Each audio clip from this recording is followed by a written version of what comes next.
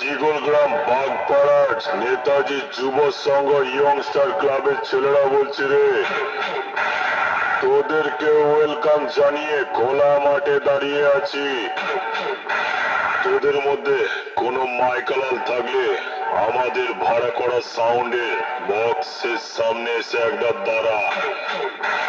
ছুটে পালাবার রাস্তাটাও খুঁজে পাবি না রে, বুঝেছিস পাগলা?